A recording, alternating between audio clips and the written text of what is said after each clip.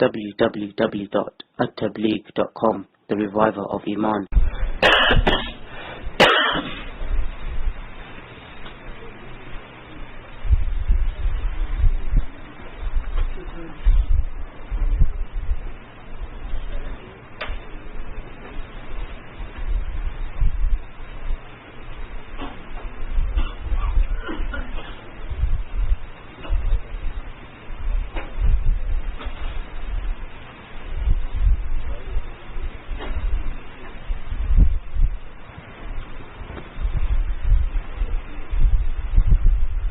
الحمدللہ بعض لوگ نماز پڑھتے ہیں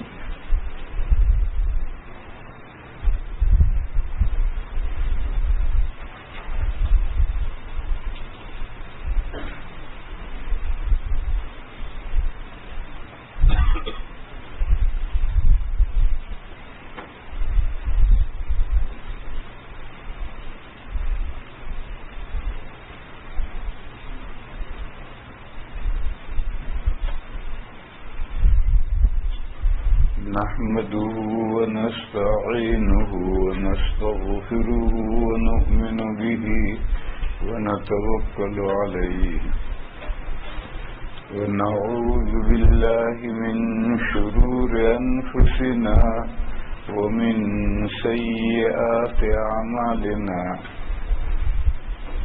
من يهده الله فلا مضل له ومن يضلله فلا هادي له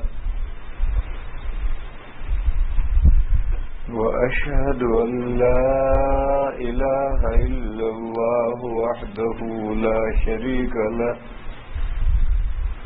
وأشهد أن سيدنا ومولانا وحبيبنا وشفيعنا محمدا عبده ورسوله أرسله إلى الناس كافة بشيرا ونذيرا وداعيا إلى الله بإذنه وسراجا منيرا صلى الله تعالى عليه وعلى آله وصحبه وبارك وسلم تسليما كثيرا كثيرا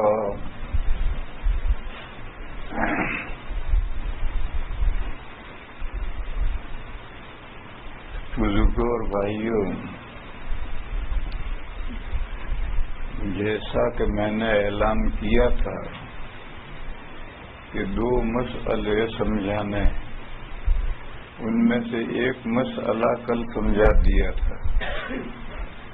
وہ مسئلہ یہ تھا کہ جب قرآن کریم موجود ہے، احادیث شریفہ موجود ہیں، تو ائمہ کی کیا ضرورت ہے؟ قرآن و حدیث پر عمل کرو۔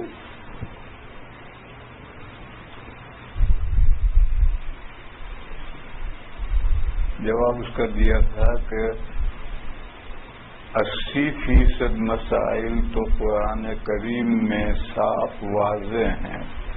کوئی بھی جو عربی جانتا ہے یا ترجمہ جانتا ہے وہ پڑھے گا، سمجھ میں آ جائے گا کہ نماز پڑھنی ہو تو وضو اس طرح کرو۔ قرآن نے جو وضو کرنے کا طریقہ بیان کیا ہے اسے پڑھو گے تو فوراً سمجھ میں آ جائے گا، اور سارے مسلمان اسی پر عمل بھی کرتے ہیں۔ لیکن فقہ اسلامی کا 20%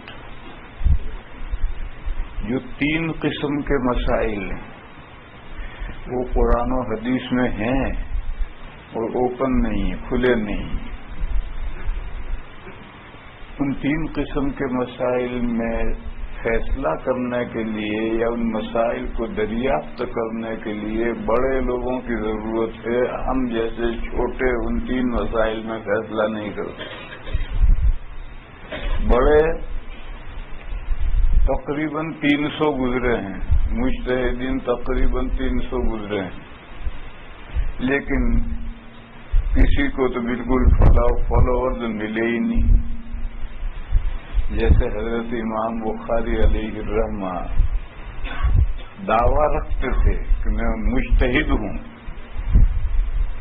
اور بخاری شریف میں انہوں نے دوسرے فقہا کی رائوں سے ہٹ کر اپنی رائیں پیش کی، مگر ایک بندہ بھی ان کی پیروی کرنے والا نہیں ملا. امام ترمذی علیہ الرحمہ امام بخاری کے شاگرد ہیں اور عاشق زار ہیں.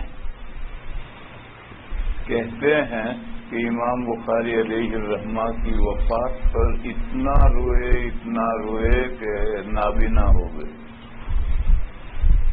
تو عاشق زار ہیں. مگر ترمذی شریف میں ہر دوسرے تیسرے چوتھے صفحے پر امام بخاری علیہ الرحمہ کا کوئی قول لاتے ہیں کہ حدیث کس درجے کی ہے، یہ راوی کس درجے کا ہے. اس سلسلے میں تو امام بخاری علیہ الرحمہ کا قول لاتے ہیں، لیکن پوری کتاب میں کہیں کسی مسئلے میں ان کی رائے نہیں لائے کہ فلاں مسئلے میں امام بخاری کا یہ قول ہے، نہیں لائے. حالانکہ امام ترمذی علیہ الرحمہ نے ترمذی شریف میں 25 مجتہدین کے اقوال ذکر کیے. جیسے قرآن کریم میں 25 انبیاء اور رسول کے نام آئے ہیں. بہرحال ہے کہ انبیاء اور رسول تو اس سے بہت زیادہ ہیں. لوگ ایک روایت ہے، سند کے اعتبار سے کچھ بہت قوی نہیں ہے، ضعیف روایت ہے، مگر روایت ہے کہ 1,24,000 انبیاء اور رسول گزرے ہیں. مگر ان میں سے قرآن کریم میں صرف 25 انبیاء اور رسولوں کا نام ذکر کیا گیا ہے، اور کا نام نہیں لیا. کیونکہ قرآن کے جو پہلے مخاطب تھے عرب، وہ جن شخصیتوں سے واقف نہیں تھے، ان شخصیتوں کا نام لیا جائے تو وہ کلام کو سمجھ نہیں سکیں گے، الجھن میں پڑیں گے کہ یہ کون ہے. اس لیے عرب جن شخصیتوں کو سمجھتے تھے، جانتے تھے، ان کے احوال سے واقف تھے، انہی کے قرآن کریم نے نام لیے. اس لیے کہ قرآن کریم ہسٹری کی کتاب نہیں ہے، وہ پند و موعظت نصیحت کی کتاب ہے. اور نصیحت جانی ہوئی بات، جانی ہوئی شخصیت کا نام لے کر کے آپ بیان کریں کہ حضرت نانوتوی نے یہ فرمایا، تو آپ فوراً سمجھ جائیں گے نانوتوی کون ہے. اب اس چکر میں آپ نہیں رہیں گے کہ حضرت نانوتوی کون ہے، آپ جو انہوں نے فرمایا ہے اس بات سے سبق لیں گے. لیکن ایسے آدمی کا نام لیا جائے کہ جس کو جانتے ہی نہیں، تو آدمی کا ذہن ادھر جائے گا کہ کون ہے. اسی طریقے پر تقریباً 300 مجتہدین گزرے ہیں، لیکن سب کے اقوال امام ترمذی نے ذکر نہیں کیے. 25 مجتہدین کے اقوال ذکر کیے ہیں، باقی کے ذکر نہیں کیے. جو بڑے بڑے تھے ان میں بڑوں کے اقوال ذکر کیے. ان میں امام بخاری علیہ الرحمہ کا قول پوری کتاب میں کہیں مسئلہ ذکر نہیں کیا کہ فلاں مسئلے میں امام بخاری علیہ الرحمہ کی یہ رائے ہے، نہیں ذکر کیا. حدیث کس درجے کی ہے اس میں ان کا قول لائیں گے. سند کے راوی کس درجے کے ہیں اس میں ان کا قول لائیں گے. لیکن حدیث میں جو مسئلہ بیان ہوا ہے اس مسئلے میں اگر اختلاف ہوا ہے تو امام بخاری علیہ الرحمہ کی رائے کیا ہے وہ ذکر نہیں کرتے. کیوں؟ ان کو کوئی فالوورز ملا ہی نہیں. ایسا عاشق زار بھی ان کی پیروی نہیں کرتا. وہ پیروی کرتے ہیں امام ترمذی علیہ الرحمہ، پیروی کرتے ہیں امام احمد اور امام اسحاق رحمہم اللہ کی. ان دونوں کی پیروی کرتے ہیں. وہ دونوں بھی استاد ہیں، ان کی پیروی کرتے ہیں. امام بخاری علیہ الرحمہ کی پیروی نہیں کرتے. میں تو سمجھا یہ رہا ہوں کہ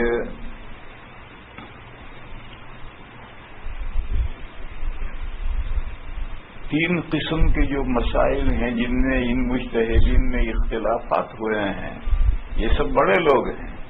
ان کے درمیان میں ان تین قسم کے مسائل میں اختلافات ہوئے ہیں. بس ان اختلافات میں ہم کیا کریں گے؟ ہم اتنا علم رکھتے نہیں کہ ہم ان تین قسم کے مسائل میں اپنی رائے قائم کریں. بڑوں کی پیروی تو کرنی پڑے گی. وہ بڑے تقریباً 300 ہیں. بس جس کو جس سے عقیدت ہے، جس نے جس استاد سے پڑھا ہے، وہ استاد جس استاد سے پڑھا ہے وہ اگر حنفی ہے یا شافعی ہے تو جو طالب علم پڑھے گا وہ بھی حنفی یا شافعی بنے گا. ہندوستان میں رہتا ہے تو ہندوستان میں سب حنفی. اب کیرل میں رہتا ہے تو وہاں سب شافعی ہیں. تو وہاں جو پیدا ہوگا وہ بڑا ہو کر شافعی بنے گا، یہاں جو پیدا ہوگا بڑا ہو کر حنفی بنے گا. اس کے علاوہ چارہ کیا ہے؟ کیونکہ خود تو ان تین قسم کے مسائل میں فیصلہ کر نہیں سکتا، اور بڑوں میں جس کے ساتھ جس کو عقیدت ہے اس کو فالو کرنا پڑے گا. مگر یہ 80% مسائل اور یہ 20% مسائل کی کتابیں الگ الگ نہیں ہیں، دونوں ایک ہی کتاب میں لکھے گئے. اس لیے کہہ دیا کہ یہ فقہ شافعی، یہ فقہ حنفی، یہ فقہ مالکی. مگر وہ سب ان ائمہ کے مسائل نہیں ہیں. قرآن و حدیث کے بیان کرتے ہوئے مسائل لیے گئے ہیں 80%. اور یہ جو کہتے ہیں کہ یہ فقہ حنفی، فقہ شافعی، اس پر بھی لوگ اعتراض کرتے ہیں کہ ہر مسئلے میں ایک معین آدمی کے قول ہی لیا جائے، اسی کا قول صحیح ہو، یہ تو عقل نہیں قبول کرتی. کسی مسئلے میں ایک معین آدمی ہی کا ہر مسئلے میں اسی کا قول، ہر مسئلے میں اسی کا قول، یہ تو عقل نہیں قبول کرتی. تو اس کا جواب یہ ہے کہ یہ جو فقہ حنفی، فقہ شافعی ہے، یہ رمزی نام ہے، حقیقی نام نہیں. یہ نام رمزی ہے، حقیقی نہیں ہے. دیکھو پرسن دو ہوتے ہیں، ایک ریئل پرسن ہوتا ہے، ایک لیگل پرسن ہوتا ہے. یہ مسجد لیگل پرسن ہے، یہ بندہ یہ ریئل پرسن ہے. میں اگر کوئی چیز وقف کروں اس ریئل پرسن کو تو حنفیہ کے نزدیک یہ وقف صحیح نہیں. لیکن میں کوئی وقف کروں لیگل پرسن کو، قانونی شخص کو، یہ مسجد ایک قانونی شخص ہے، اس کو میں کوئی چیز وقف کروں، یہ سب قرآن شریف کتابیں وقف رکھی ہیں، یہ صحیح ہے. اور یہ ریئل پرسن ہے، اس کو وقف کروں گا وقف صحیح نہیں ہوگا. تو پرسن دو ہوتے ہیں. تو یہ جو ابو حنیفہ، شافعی، مالکی، حنبلی یہ نام ہے، یہ لیگل پرسن ہے، ریئل پرسن نہیں ہے، رمزی نام ہے. اسکول آف تھاٹ کو سمجھانے کے لیے یہ نام ہے. فقہ حنفی میں سارے اقوال امام اعظم کے نہیں ہیں. امام اعظم کے بھی اقوال ہیں، ان کے شاگرد امام ابو یوسف کے بھی اقوال ہیں، امام محمد کے بھی ہیں، امام ظفر کے بھی ہیں، حسن ابن زیاد لوئی کے بھی ہیں. اور بہت سے مسائل میں امام اعظم کا قول ہوتا ہے اور فتویٰ صاحبین کے قول پر ہوتا ہے. امام ظفر 17 مسائل فقہ حنفی میں ایسے ہیں کہ امام ابو حنیفہ صاحبین کے قول ہیں، مگر ان کے اقوال پر فتویٰ نہیں، امام ظفر کے قول پر فتویٰ ہے. پھر یہ جو فقہ ہیں یہ اسکول آف تھاٹ ہیں، مکتب فکر ہیں، قرآن و حدیث کے سمجھنے کے پرنسپلز ہیں، اصول ہیں. اس کو اصول فقہ کہتے ہیں. حنفیوں کی اصول فقہ الگ ہے، شوافی کی اصول فقہ الگ ہے، مالکیوں کی الگ ہے. سب کے اصول فقہ الگ ہے. پرنسپلز آف تھاٹ، سوچنے سمجھنے کے اصول الگ ہیں. یہ جو حنفی اصول فقہ ہے، ان اصولوں کو سامنے رکھ کر جو بھی قرآن و حدیث میں سے وہ 3 قسم کے مسائل نکالے گا وہ حنفی فقہ میں شامل ہوں گے. چاہے وہ امام ابو حنیفہ نے نکالے ہوں، چاہے امام ابو یوسف نے نکالے ہوں، چاہے امام محمد نے نکالے ہوں، چاہے آج مسئلہ پیدا ہو اگر ہو جاتا، کالونک کا مسئلہ پیدا ہو جاتا اور ایک انسان میں سے دوسرا انسان اور دوسرے انسان میں سے تیسرا انسان بننے شروع ہو جاتے تو طرح طرح کے مسائل پیدا ہو جاتے، اور ان مسائل کا جواب آج کے سب دارالفتہ جواب دیتے، اور وہ جو جواب دیتے وہ فقہ حنفی میں شامل ہو جاتے، کیونکہ حنفی مفتی اپنے پرنسپل کو سامنے رکھ کر جواب دے گا، شافعی مفتی اپنے پرنسپل کو سامنے رکھ کر جواب دے گا، اور دونوں کے جواب میں اختلاف ہو جائے گا تو حنفی مفتی کا فتویٰ فقہ حنفی میں اور شافعی مفتی کا فتویٰ فقہ شافعی میں چلا جائے گا۔ یہ اس بات کو سمجھانا چاہتا ہوں میں کہ یہ جو نام ہے یہ رمزی اسکول آف تھاٹ کے نام ہے۔ ہر مسئلے میں ایک معین آدمی ہی کے اقوال صحیح نہیں ہیں، قرآن و حدیث سے بات کے لوگوں نے کمپیئر کر کے دیکھا ہے، اور جس کا قول قرآن و حدیث سے اقرب نظر آیا اس پر فتویٰ دیا جاتا ہے۔ یہ تو کل کا مسئلہ تھا۔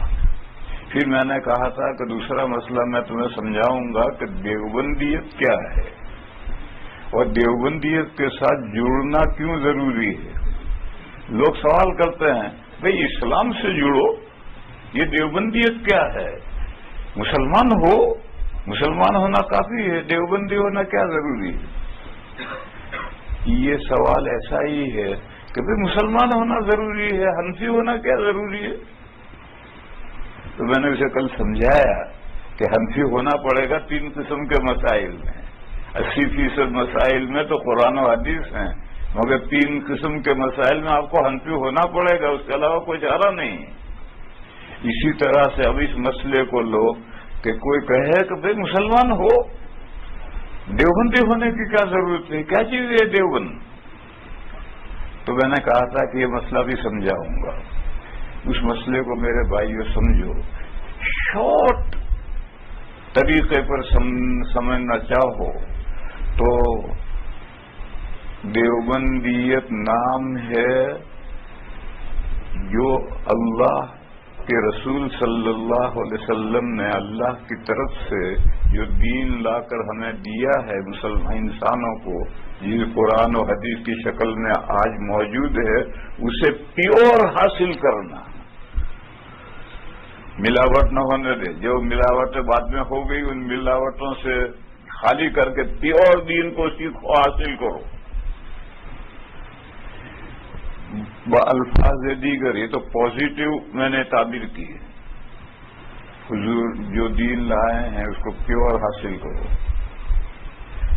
دوسرا نیگیٹو تعبیر کرو، دین کو شوائب سے پاک کرو۔ شائبہ یہ اردو کا لفظ ہے،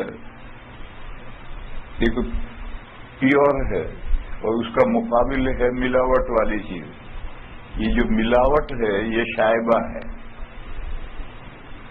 لمبا زمانہ گزرنے کے بعد دین میں بہت سی ملاوٹیں ہو جاتی ہیں، وہ جو بعد میں ملاوٹیں ہو گئی ان سے دین کو پاک کرو، اور حضور نے جو دین امت کو لا کر دیا ہے اس پیور دین کو حاصل کرو۔ اس کا نام ہے دیوبندیت۔ دیوبند کا کوئی نام نہیں ہے، دیوبند ایک سٹی کا نام ہے، اور یہ تو لوگ ہمیں دیوبندی کہتے ہیں، ہم اپنے آپ کو نہیں دیوبندی کہتے۔ میں نے اپنے نام کے ساتھ کبھی دیوبندی نہیں لکھا، میں تو مسلمان ہوں۔ جو حضور نے صحیح دین امت کو دیا ہے وہ میں نے اپنے اساتذہ سے حاصل کیا ہے، اور اس میں جو بعد میں ملاوٹیں ہوئی میں ان ملاوٹوں کو ہٹاتا ہوں اور صحیح دین پہ لوگوں کو دعوت دیتا ہوں۔ اس لیے میں دیوبندی ہوں، مگر میں دیوبندی اپنے آپ کو لکھتا نہیں ہے، ہمارا کوئی نام نہیں ہے۔ یہ تو دوسرے ہمیں دیوبندی کہتے ہیں۔ کون دوسرے؟ بریلوی، وہ ہمیں دیوبندی کہتے ہیں، اور بریلویوں کا نام بھی بریلوی نہیں ہے، وہ بھی ایک بڑا شہر ہے، وہاں احمد رضا خان صاحب پیدا ہوئے تھے تو ہم ان کو بریلوی کہتے ہیں، وہ نہیں کہتے اپنے آپ کو بریلوی۔ جیسے غیر مقلد، وہ غیر مقلد نہیں ہے، وہ تو ہم سے زیادہ پکے مقلد ہیں۔ ان کا بھی ایک اسکول آف تھاٹ ہے اور اس کا نام ہے ظاہریت۔ حنفیت، شافعیت، مالکیت، حنبلیت، ظاہریت، جعفریت. ظاہریت جن کو ہم غیر مقلدین کہتے ہیں، ان کی فقہ کا نام ظاہریت ہے، اور ان کے قرآن و حدیث سے فقہ حاصل کرنے کے پرنسپلز ہیں. ان پرنسپلز کے ماتحت ان کی جو فقہ بنی ہے وہ ظاہریت ہے. ایسے ہی شیعہ ہیں، ان کے قرآن و حدیث سے، قرآن تو ان کا یہی ہے مگر حدیثیں ان کی ہم سے الگ ہیں، ان کی الگ حدیثیں، حدیث کی کتابیں الگ ہیں. تو قرآن اور ان کی حدیثوں سے جو ان کے پرنسپلز ہیں اس کو سامنے رکھ کر جو فقہ، وہ فقہ جعفریت ہے. تو جیسا یہ شیعوں کا ایک اسکول آف تھاٹ ہے، جیسا ان غیر مقلدین کا اصحاب ظواہر کا ایک اسکول آف تھاٹ ہے، اسی طریقے پر ان چاروں ائمہ کے بھی اسکول آف تھاٹ ہے. اس لیے جیسے یہ مقلد ہیں وہ بھی مقلد ہیں، شیعہ بھی مقلد ہیں، غیر مقلدین بھی مقلد ہیں اور پکے مقلد ہیں. چار ائمہ جو ہے وہ تو بوقت ضرورت ایک دوسرے کے یہاں سے مسائل لیتے ہیں، لیکن یہ جو ظاہری ہیں کسی سے مسئلہ نہیں لیتے، یہ شیعہ ہیں کسی سے مسئلہ نہیں لیتے. کیوں؟ ان دونوں کے پرنسپلز جو ہیں وہ الگ ہیں، اور چار ائمہ کے پرنسپلز ایک ہیں. پھر ان پرنسپلز کو پھیلانے میں تھوڑا سا اختلاف ہے، باقی پرنسپل جو بنیادی اصول جو ایک ہیں، اور ان کے بنیادی اصول ہی الگ ہیں. اس لیے میرے بھائیوں، جیسا ہم ان کو غیر مقلدین کہتے ہیں یہ غلط ہے، وہ غیر مقلدین نہیں ہے، پکے مقلد ہیں. جیسا لوگ ہمیں دیوبندی کہتے ہیں، بریلی والے ہمیں دیوبندی کہتے ہیں، ہم ان کو بریلی کہتے ہیں.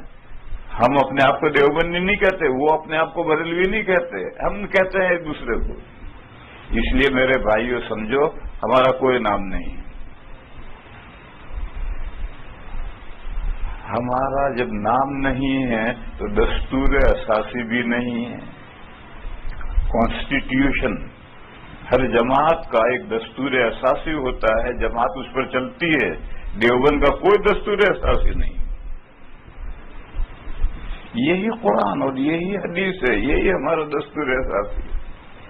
اس سے ہٹ کر ہمارا کوئی دستور اساسی ہے ہی نہیں. جیسے ایک جماعت ہے، اس نے اپنا نام رکھا جماعت اسلامی ہے، اس نے خود اپنا نام رکھا، دوسروں نے نہیں نام رکھا، انہوں نے خود نام رکھا جماعت اسلامی، اور انہوں نے اپنا کانسٹیٹیوشن بنایا، چھپا ہوا ہے. وہ جو اس کا فالو کرے گا وہی جماعت اسلامی کا ہے. دیوبند کے پاس کوئی کانسٹیٹیوشن نہیں ہے، اور دیوبند کا کانسٹیٹیوشن یہی قرآن اور یہی سنت. ہمارے پاس کوئی دستور اساسی نہیں. ہمارے پاس میں پڑھانے کے لیے عقائد کی کوئی الگ کتابیں ہوں، کوئی الگ کتابیں نہیں. وہی جو پہلے سے عقائد کی شرح عقائد اور عقائد نصفیہ اور عقیدت الطحاوی جو پہلے سے لوگ پڑھتے آ رہے تھے، اہل سنہ والجماعہ، وہی کتابیں ہم پڑھاتے ہیں. ہماری فقہ کوئی الگ ہو، کوئی فقہ الگ نہیں ہے. 100، 500، 700 سال سے جو فقہ کی کتابیں لکھی گئی ہیں وہی ہم پڑھاتے ہیں. لہذا دیوبندیت نتھنگ. جب نتھنگ ہے تو پھر تو بتاؤ کیا ہے؟ ساری دنیا دیوبند کرتی ہے، دیوبندیت کرتی ہے، تو کوئی تھنگ ہے؟ تم کہتے ہو نتھنگ، تو وہ آخر تھنگ ہے کیا؟ وہ بتاؤ. وہ میں نے بتایا. اس کو سمجھو اچھی طرح. اللہ نے جو دین حضور پر نازل کیا، حضور نے وہ دین امت کو سونپا ہے 2 شکلوں میں، یہ قرآن کریم اور یہ حدیث شریفہ. اور حضور نے سارا سکھلایا صحابہ کو.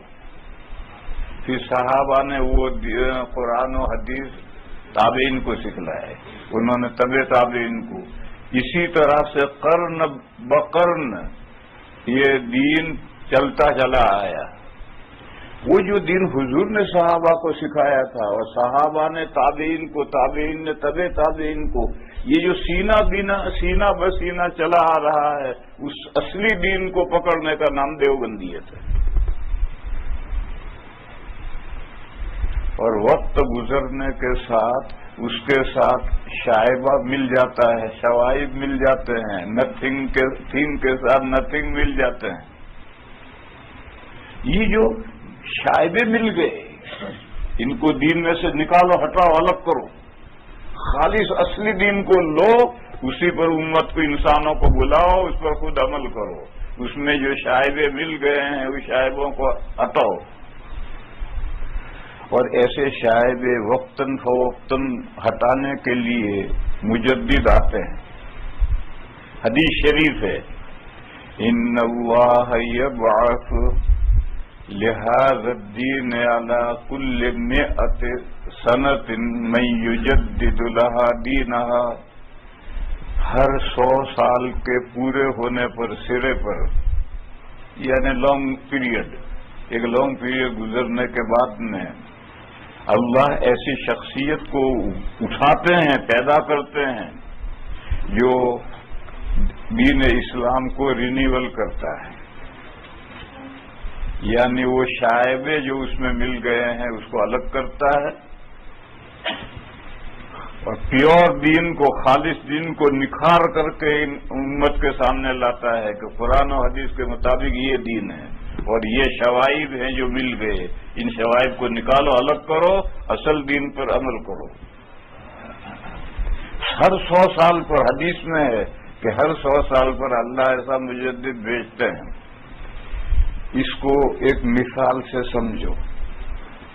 ایک بہت بڑا شاندار پیلس بنایا ہم نے، محل، اور وہ برت رہے ہیں، اس میں رہنے والے رہ بھی رہے ہیں۔ 100 سال گزر گئے، اس محل میں جھاڑو ہی نہیں لگائی، تو 100 سال ہوتے ہوتے چھت میں مکڑیاں جالے تنیں گی۔ یہاں تو آپ لوگ مکڑی کو پیدا ہی نہیں ہونے دیتے، اور پیدا ہو گئی تو فوراً مار دیتے ہو، دوائیں ڈالتے ہو، گویا یہ سمجھتے ہو کہ امریکہ میں رہنے کا حق ہمارا ہے صرف، اور کسی مخلوق کا حق امریکہ میں رہنے کا حق نہیں ہے، جو پیدا ہوگا مار ڈالو۔ لیکن میرے بھائیو، ہمارے انڈیا میں ایسا نہیں ہے۔ ہمارے انڈیا میں ہر مخلوق کا حق ہے۔ ہائی وے پر آپ کی گاڑی بھی چل رہی ہوگی، بس بھی چل رہی ہوگی، سائیکل بھی چل رہی ہوگی، جھوٹا بوگی بھی چل رہی ہوگی، بیل گاڑی بھی چل رہی ہوگی، انسان بھی چل رہے ہوں گے، کتے بھی چل رہے ہیں، بلیاں بھی چل رہی ہیں، اور ہو سکتا ہے کہ ہائی وے کے بیچ میں گائے لیٹی ہوئی سو رہی ہو، آپ اٹھا نہیں سکتے اس گائے کو، اس کا بستر ہے، وہ لٹی ہے، اب کیوں روک رہا ہے؟ اور ہمارے گھر میں ہر مخلوق ہے۔ ہم جہاں بیٹھے ہیں وہیں چیونٹیاں بھی گھوم رہی ہیں، ہمیں کوئی چیڑ نہیں ہوتی، مکڑی بھی جا رہی ہے، ہمیں کوئی چیڑ نہیں ہوتی، مکھیاں بھی ہیں، ہمیں کوئی چیڑ نہیں ہوتی، اور ہو سکتا ہے چاروں طرف دیوار میں سے کسی دیوار میں سانپ بھی ہو، ہمیں کوئی ڈر نہیں ہوتا ہے۔ میرا پرانا گھر تھا جو میں نے توڑ دیا، اس کی دیواروں میں ایک سانپ تھا، اور وہ کبھی کبھی ظاہر بھی ہوتا تھا۔ جب وہ دیوار مکان پرانا توڑ کر نیا بنایا تب وہ سانپ ظاہر ہوا اور مزدوروں نے اسے مارا۔ اس سے پہلے وہ رہتا تھا، ہمیں پتا تھا کہ اس میں سانپ رہتا ہے دیوار میں کہیں، ہمیں کوئی ڈر نہیں۔ اور یہاں اگر کوئی ایک ذرا سا کیڑا آ جائے تو مجھے بھی چیڑ ہوتی ہے، میں تو باہر سے آیا ہوں، مجھے چیڑ ہوتی ہے، اور ہمارے ملک میں ہمیں کوئی چیڑ نہیں ہوتی۔ کیوں؟ وہاں سب کا حق ہے، یہاں صرف امریکیوں کا حق ہے۔ تو جہاں سب کا حق ہے وہاں مکڑیاں ہوتی ہیں، اور وہ مکڑیاں ہوتی، ہمیں مہینے 2 مہینے میں چھت کو صاف کرنا پڑتا ہے، باس پر جھاڑو لگا باندھ کر کے صاف کرنا پڑتا ہے۔ تو 100 سال تک چھت صاف ہی نہیں کی، تو مکڑیاں جالے تنیں گی اور پھر وہ جالے جب زیادہ ہو جائیں گے تو لٹک جائیں گے، پوری چھت میں جالے لٹکے ہوئے ہوں گے۔ یہ جو جالے مکڑی تنتی ہے یہ مکڑی کا جال ہے، اس میں مکھی پھنستی ہے تو پھر اسے کھاتی ہے۔ یہ جالے کیوں تنتی ہے؟ جیسے شکاری لوگ شکار جال بچھاتے ہیں، اس جال میں مچھلی آتی ہے، پرندے آتے ہیں، اسی طرح سے یہ مکڑی جو ہے وہ جو جالا تنتی ہے وہ اس کا جال ہے۔ مکھی اڑتی اڑتی اس میں پھنس گئی تو کہاں جائے گی؟ اب مکڑی فوراً آئے گی، اس کو کھائے گی۔ پھر جب وہ جالا پرانا ہو جائے گا اور وہ مکھی کو پھنسانے کے قابل نہیں رہے گا تو وہ دوسرا نیا جالا تنے گی۔ جب نیا جالا تنے گی تو پرانا جالا لٹک جائے گا، تو جگہ جگہ پر جالے لٹک رہے ہیں۔ یہ 100 سال ہوتے ہوتے چھت میں یہ ہو جانا ہے، یہ نیچرلی مینر ہے، اس طریقے سے ہوگا ہی۔ پھر یہ جو دیواروں پر ہم نے پینٹ کر رکھا ہے یہ بھی 100 سال کے اندر پینٹ جگہ جگہ سے پھیکا پڑے گا، دھبے پڑ جائیں گے دیوار کے اندر، کیونکہ 100 سال تک ہم نے نیا پینٹ کیا ہی نہیں۔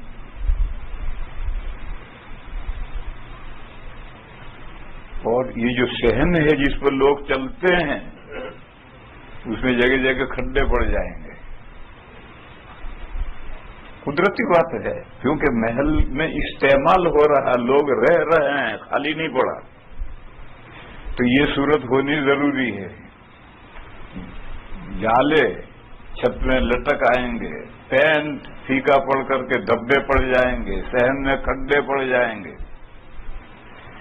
پھر ایک بندہ آیا، وہ لمبا بانس لے کر آیا، اس میں جھاڑو باندھ کر آیا، ایک ہاتھ میں پینٹ کا ڈبہ اور برش لے کر آیا، ایک ہاتھ میں کرنی، اس میں مسالہ لے کر، تسلے میں مسالہ لے کر آیا، اور آ کر کے اس نے تسلا رکھا، پینٹ رکھا اور جھاڑو لے کر کے صاف کرنا شروع کیا۔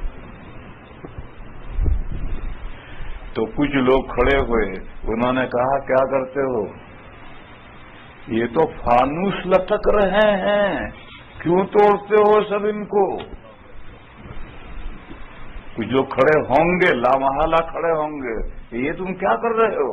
یہ تو جو لٹک رہے تو چھت کو خوبصورت کرنے کے لیے چھوٹے چھوٹے فانوس لٹکائے ہیں، ان کو کیوں تم اس میں سے توڑ کر کے گراتے ہو؟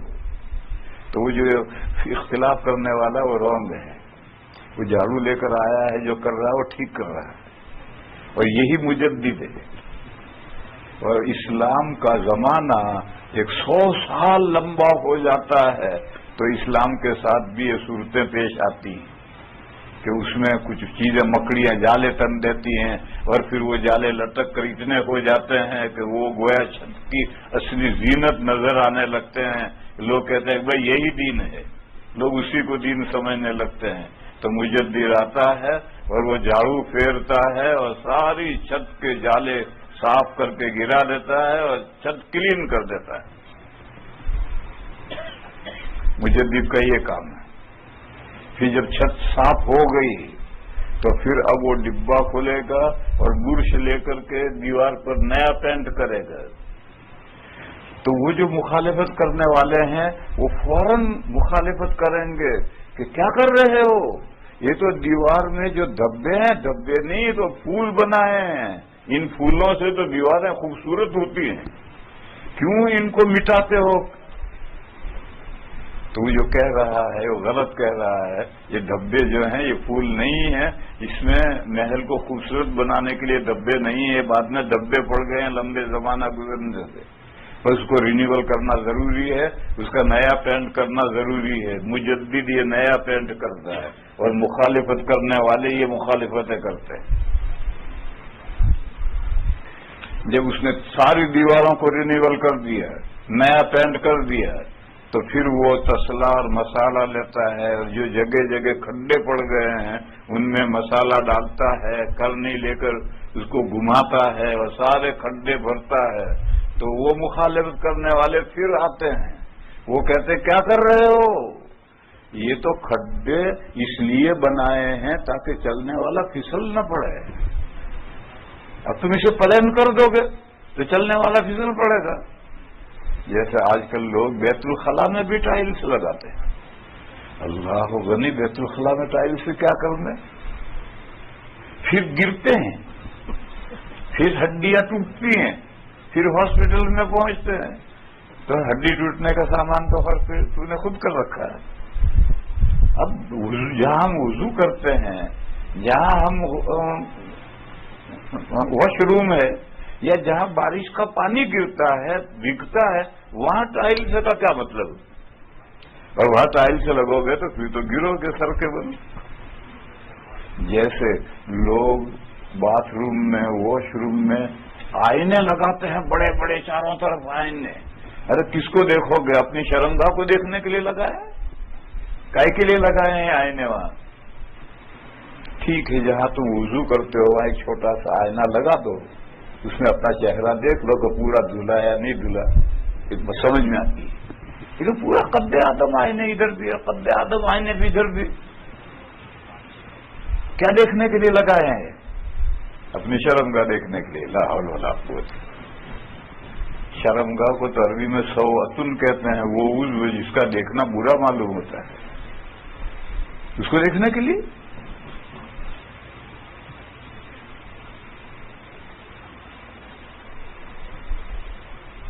تو میں کہہ رہا تھا کہ جیسے یہ لوگ لگاتے ہیں کہ ٹائلس لگاتے ہیں، وہ کہتا ہے یہ تم کھڈے بھر کر فرش چکنا کر دو گے تو لوگ گریں گے سر کے بل، سر ٹوٹے گا ان کا، اس کا کھڈے رہنے دو، یہ تو بنائے ہیں اس لیے تاکہ چلنے والا گرے نہ، تو وہ غلط کہہ رہا ہے۔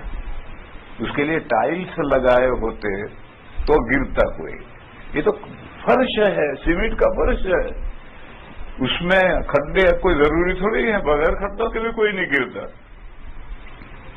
بہرحال اس نے سارے کھڈے بھر دیے، اور صحن بالکل صحیح، صحن صحیح ہو گیا، دیواریں صحیح ہو گئی، چھت صحیح ہو گئی، بالکل اصلی حالت میں محل بن گیا۔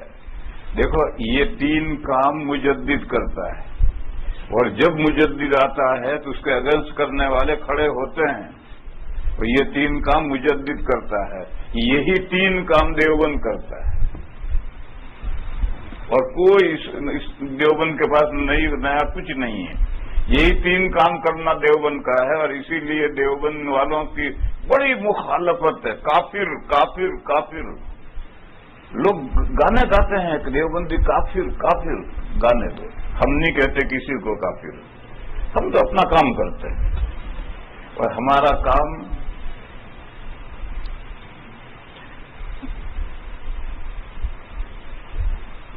اثر کے بعد روزے میں نیند آتی ہے، ٹیک لگا کر مت بیٹھو، سیدھے بیٹھو، جب پیٹ خالی ہو جاتا ہے تو نیند آتی۔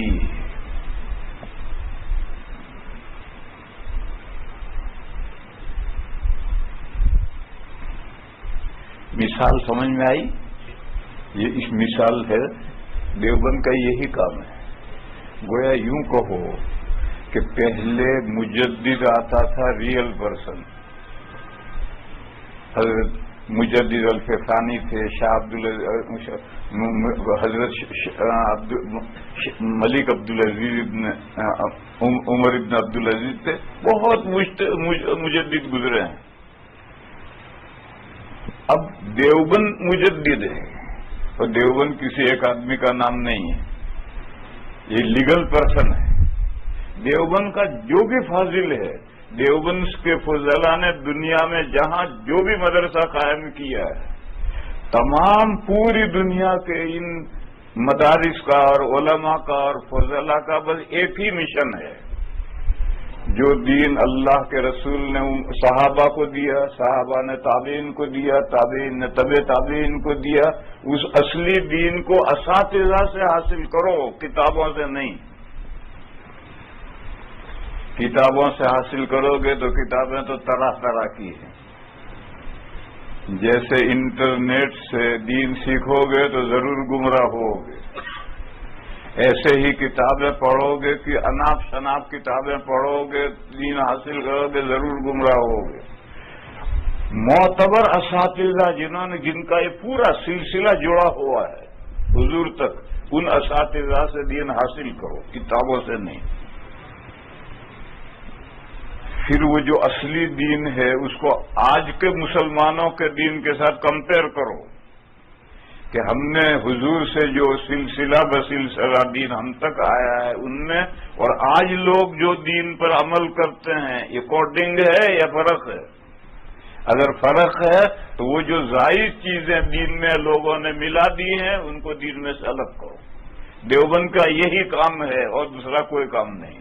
حضور نے جو دین لا کر دیا تھا وہی اصلی دین امت کو دو کہ لو اصلی دین یہ ہے، اس پر عمل کرو، اور یہ شوائب ہیں، ان شوائب کو چھوڑو، یہ دین نہیں ہے۔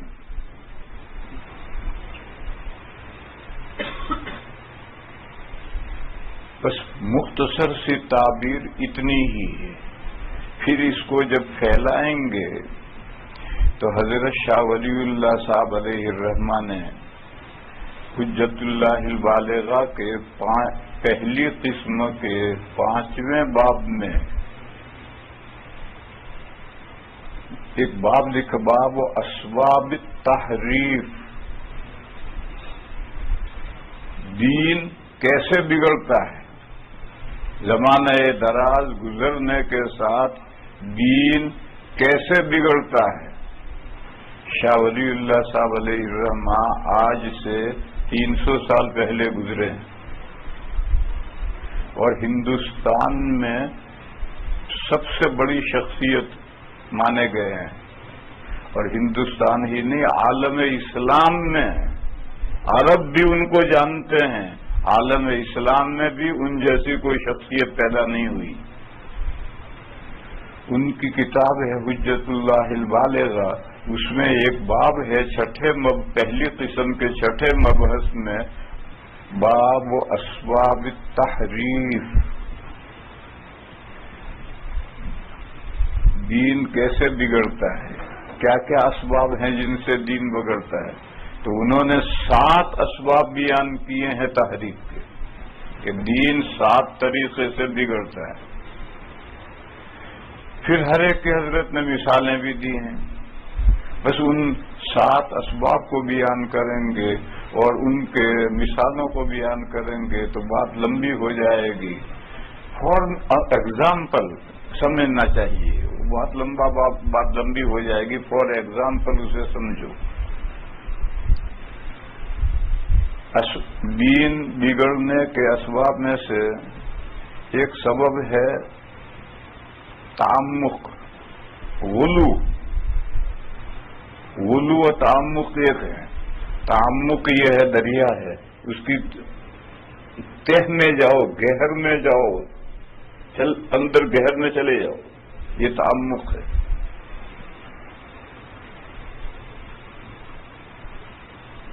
غلو بارڈر ہے، وہاں رکنا ہے، نہیں رکتا، آگے جاتا ہے، یہ غلو ہے، حد سے بڑھنا۔ ہانڈیا پک رہی ہے،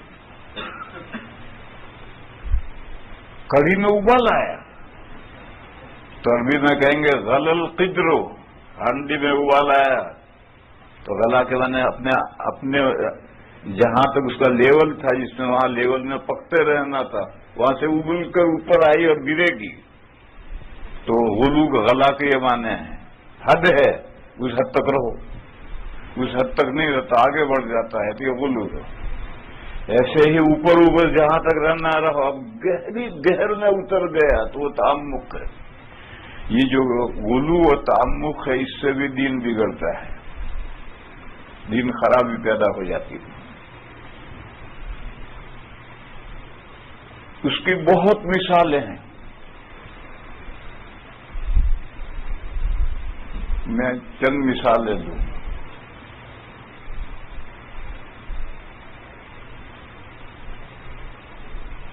شریعت نے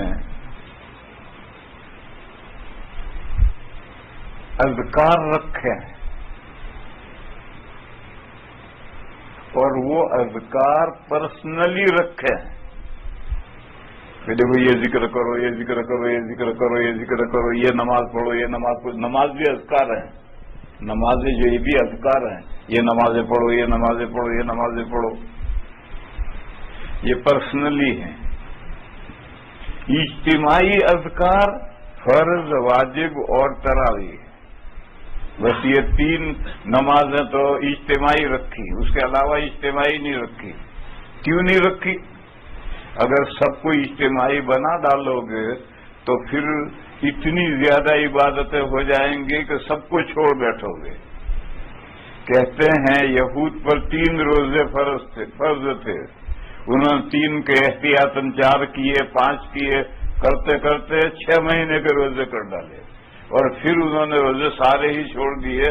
آج یہودی کوئی روزہ رکھتے ہی نہیں، عیسائی رکھتے ہیں، ہندو رکھتے ہیں روزہ، لیکن یہودی روزہ نہیں رکھتے.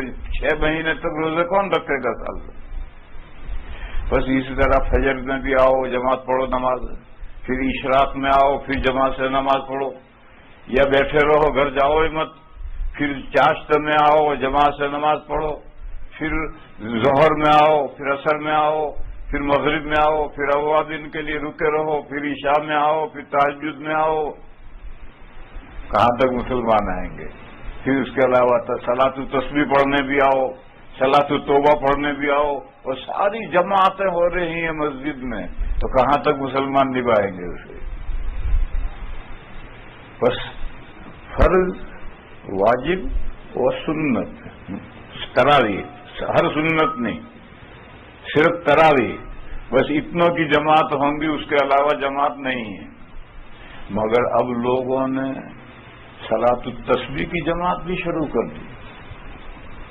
صلاۃ التسبیح کی فضیلت حاصل کرنی ہے اور پڑھنا کچھ نہیں ہے، بس کھڑے رہنا ہے، وہ بھی کھڑے کھڑے سونا. امام تسبیح پڑھتا رہے گا 300 مرتبہ، ہمیں فضیلت حاصل ہو جائے گی. تو صلاۃ التسبیح کی فضیلت حاصل بھی کرنا کچھ نہیں، کھڑے کھڑے سونا. اب جماعتیں شروع کر دی، کچھ لوگوں نے صلاۃ اللیل تہجد شروع کر دی، انہوں نے نماز پڑھنا شروع کر دی، نماز پڑھنا شروع. یہ تعمق ہے، یہی غلو ہے. جو حد مقرر کی گئی تھی اس حد سے آگے بڑھنا ہے. جتنی 3 ہی نمازیں اجتماعی ہے، فرائض، واجبات اور تراویح، اس کے علاوہ کوئی نماز اجتماعی جماعت سے نہیں ہے. سب انفرادی نمازیں، اپنی اپنی نمازیں پڑھو.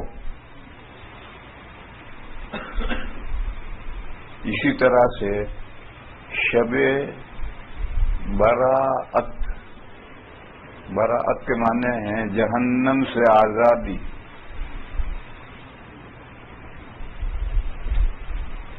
ہمارے ہندوستان میں چلے آؤ، اس رات میں وہ طوفان بدتمیزی ہوتا ہے. میرٹھ میں، دیوبند میں بھی ہوتا تھا، اب تو دیوبند میں تو بند ہو گیا، لیکن میرٹھ میں اس رات میں آپ مسلمانوں کے محلوں سے گزر نہیں سکتے. اتنی آتش بازی اور اتنے پٹاخے چھوڑیں گے جیسا دیوالی میں ہندوؤں کے یہاں، بالکل اسی طرز پر اس مسلمانوں کے محلے سے گزر نہیں سکتے، اتنے پٹاخے چھوڑتے ہیں.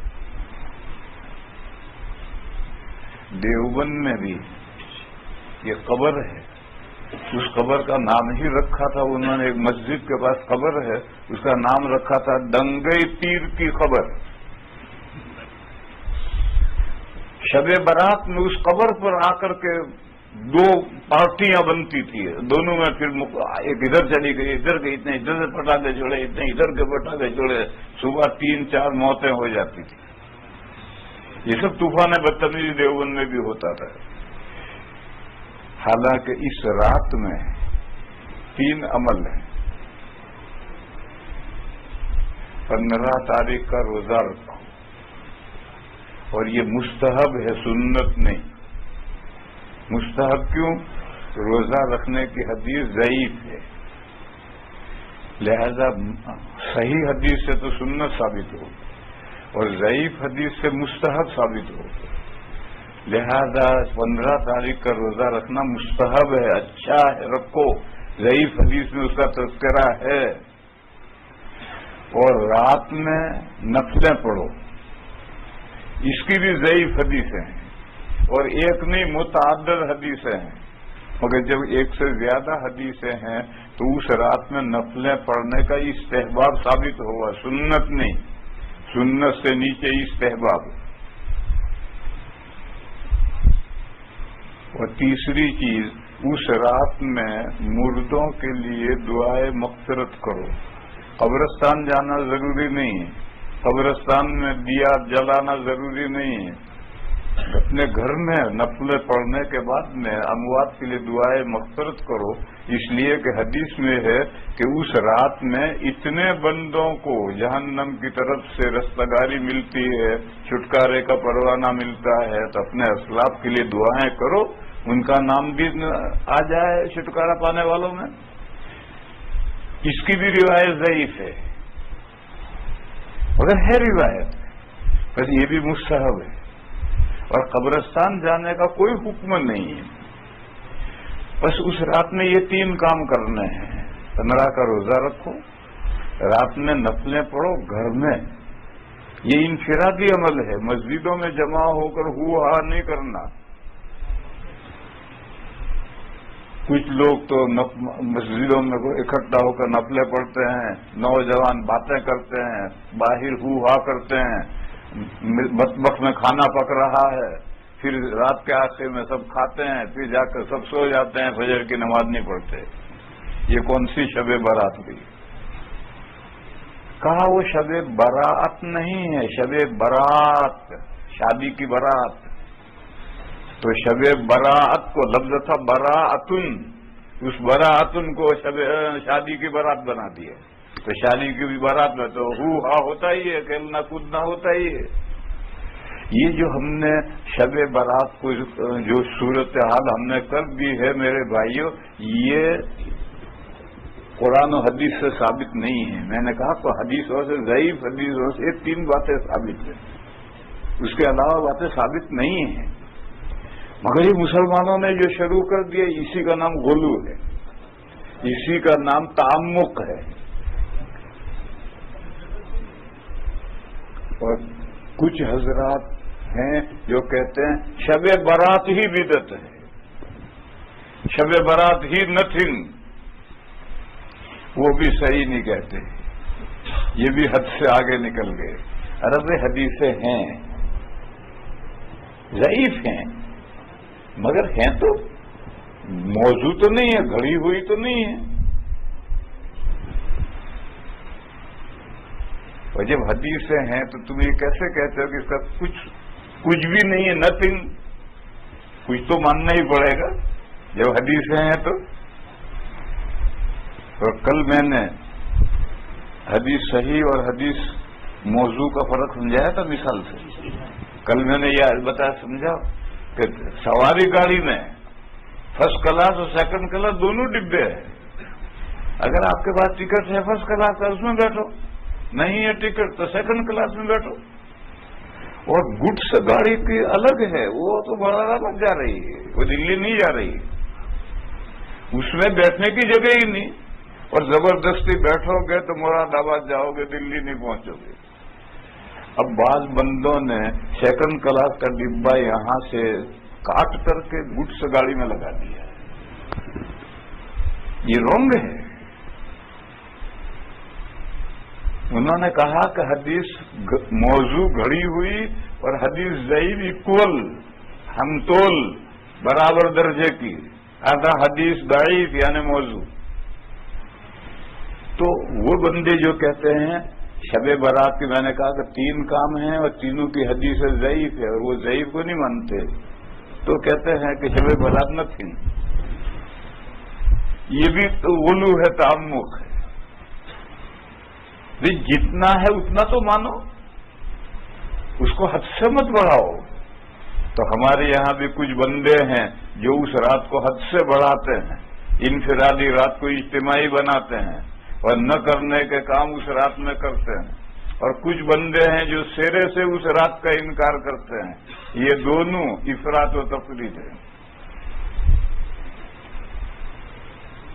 اس طرح کی چیزیں پیدا ہو جاتی ہیں تو دین بگڑتا ہے. یا بے شمار مثالیں میں آپ کو دوں گا. ایک بندہ مر گیا، شریعت کا حکم یہ ہے کہ پہلی فرصت میں جلد سے جلد میت کو نہلاؤ، کفناؤ، نماز پڑھو اور قبرستان کے حوالے کرو. اور قبرستان جاتے ہوئے بھی جلدی چلو، ٹہلتے ٹہلتے مت چلو، کیونکہ میت اگر اچھی ہے تو اس کے اچھے انجام سے ہم کنار کرو. وہ میت کہتی ہے قدمونی قدمونی، مجھے آگے بڑھاؤ مجھے آگے بڑھاؤ. وہ قبر میں پہنچے گی تبھی جنت کی طرف کھڑکی کھلے گی اور جنت کی طرف سے ہوائیں آنے لگے گی. اور اگر میت بری ہے تو جلدی اپنے کندھے سے وہ گندگی رکھو جا کے قبرستان کے قبر میں. بہرحال حدیث میں یہ مضمون ہے کہ قبرستان جلدی لے کر چلو. بس اتنا شریعت کا حکم ہے. میت ہو جائے پہلی فرصت میں نہلاؤ دھلاؤ، نماز پڑھو، کسی کا انتظار نہیں کرنا. جو موجود ہے اعلان کرو. لوگ آ گئے کہ دلی میں بیٹا ہے تو آئے گا. آخر کیا باپ کو زندہ کر لے گا؟ بیٹی ہے بھوپال میں تو کیا وہ آ کر ماں کو زندہ کر لے گی؟ آئے گی، جب آنا ہوگا آئے گا. بیٹے اور بیٹی کے انتظار میں میت نہیں رکے گی.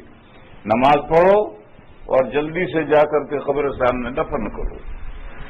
اب آپ غور فرمائیے، مسلمانوں نے موت کے بعد میں کتنی چیزیں بڑھائی.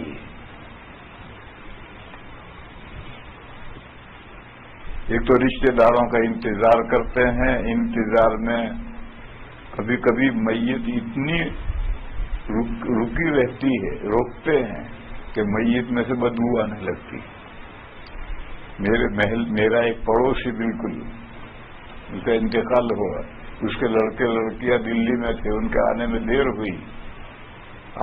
سخت گرمی کا زمانہ تھا اور انڈیا والے برف رکھ کر کے لاش کو رکھنا جانتے ہی نہیں. وہ غریب لوگ بھی تھے تو لاش میں سے بدبو آنے لگی. اور میں پڑوسی ہونے کے باوجود اس جنازے کے ساتھ نہیں گیا. تو اور یہاں کیا کرتے ہیں؟ برف میں دبا دیا. یہ بھی تو عذاب ہے. جہنم میں 2 عذاب ہیں، آگ کا بھی عذاب ہے اور زمہریر کا بھی عذاب ہے. جہنم میں 2 عذاب ہیں، آگ کا بھی عذاب ہے اور زمہریر کا، یعنی نہایت ٹھنڈا. یہ بھی ایک طبقہ ہے جہنم کے اندر، وہ بھی عذاب ہے. تو آپ نے اوپر نیچے دائیں بائیں برف کی سیلیں لگا کر دیا یا برف خانے میں گھسا دیا تو یہ بھی تو عذاب ہو رہا میت کو. جیسے آگ سے میت کو عذاب ہوتا ہے ایسا ہی اس ٹھنڈے سے بھی تو عذاب ہوتا ہے. مجبوری کو گورنمنٹ کے قوانین کی مجبوری وہ الگ بات ہے، لیکن اب مجبوریاں بھی ختم ہوتی جا رہی ہے. کینیڈا میں اور برٹش میں تو کوئی مجبوری نہیں ہے، رات میں بھی دفن کر سکتے. آپ کے ملک کے قوانین مجھے نہیں معلوم، لیکن بہرحال جو مجبوریاں ہیں وہ مجبوریاں ہیں. باقی اگر مجبوری نہیں ہے تو نہ اسے آگ میں جھونکنا ہے نہ برف میں دبانا ہے. نہلاؤ، کپڑے کفن پہناؤ اور لے جا کر قبر میں رکھ دو. وہاں جو کچھ ہونا ہے اس کے ساتھ وہ ہوگا. مگر اب لوگوں نے یہ شروع کر دیا، پسماندگان کی وجہ سے اتنی تاخیر کر دیتے ہیں کہ کبھی کبھی میت میں بو آنے لگتی ہے یا میت کو برف میں دبانا پڑتا ہے. یہ بھی ایک عذاب ہے.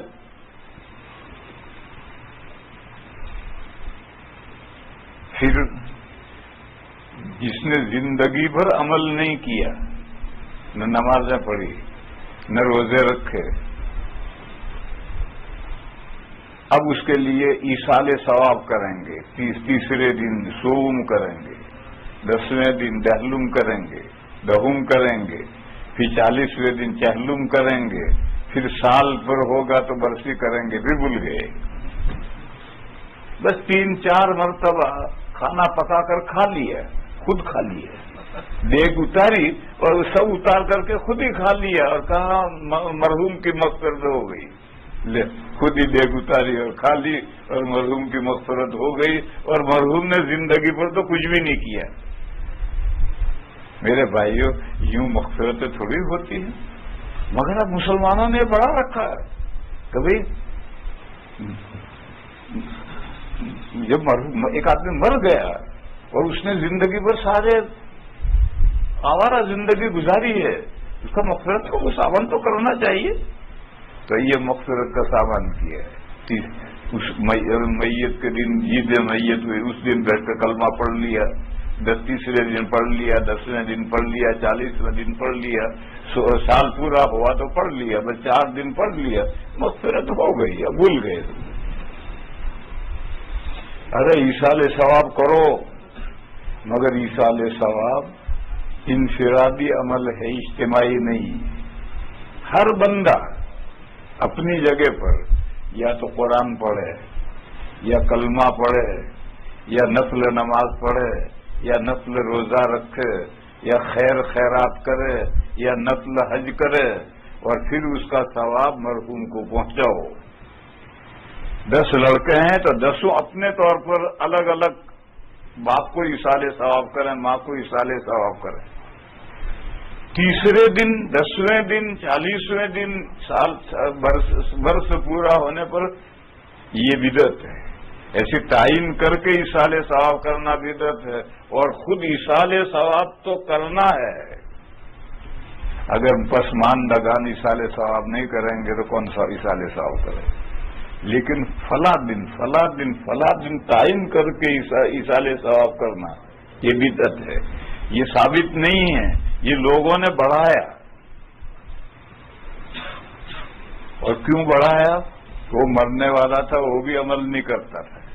اب اگر کہہ دے کہ بھئی انفرادی کر لو، قرآن ختم کر کے ایصال ثواب کرو، تو کوئی قرآن ختم نہیں کرے گا، وہ قرآن پڑھنا ہی نہیں ہر ایک کو۔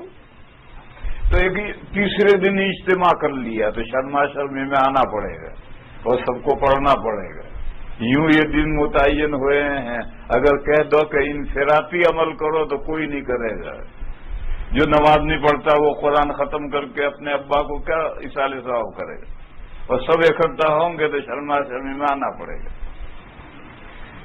تو اب یہ جو 2 مسئلے الگ کرو، ایصال ثواب ثابت ہے، اور ایصال ثواب کی جو یہ معین شکلیں کر رکھی ہیں لوگوں نے، یہ بھی بدعت ہے۔ ایصال ثواب ثابت ہے۔ پھر ایک جماعت کہتی ہے کہ ایصال ثواب صرف صدقے کا ہوتا ہے، عبادات بدنیہ کا ایصال ثواب نہیں ہوتا۔ ایک جماعت ایسا کہتی ہے، وہ غلط کہتی ہے۔ چاروں ائمہ کہتے ہیں کہ ایصال ثواب عبادت مالیہ کا بھی ہوتا ہے، عبادت بدنیہ کا بھی ہوتا ہے۔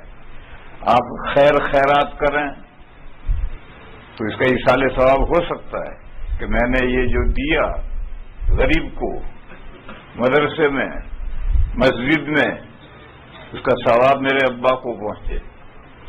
یہ صدقہ واجبہ نہیں، صدقہ نافلہ ہے، مسجد میں بھی دے سکتے ہیں، مدرسے میں بھی دے سکتے ہیں کہ میں نے یہ جو دیا غریب کو مدرسے میں، مسجد کو، اس کا ثواب میرے ابا کو پہنچے، یہ نیت کر کے دے دو، ثواب پہنچے گا۔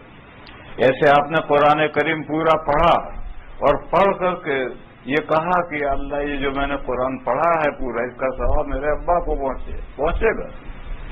حج کرو گے اور اس کا نیت کرو گے، حج کا بھی پہنچے گا۔ ذکر و اذکار کرو گے، نفل نماز پڑھو گے، نفل روزہ رکھو گے، سب کا ثواب پہنچے گا۔ اور ایک جماعت ہے وہ یہ کہتی ہے کہ عبادت مالیہ کا تو ثواب پہنچتا ہے، بدنیہ کا نہیں پہنچتا۔ وہ غلط کہتے ہیں، عبادت بدنیہ کا بھی پہنچتا ہے۔ اور وہ جو کہتے ہیں اور اپنی دلیلیں پیش کرتے ہیں، وہ دلیلیں سب ناسمجھی کی باتیں ہیں۔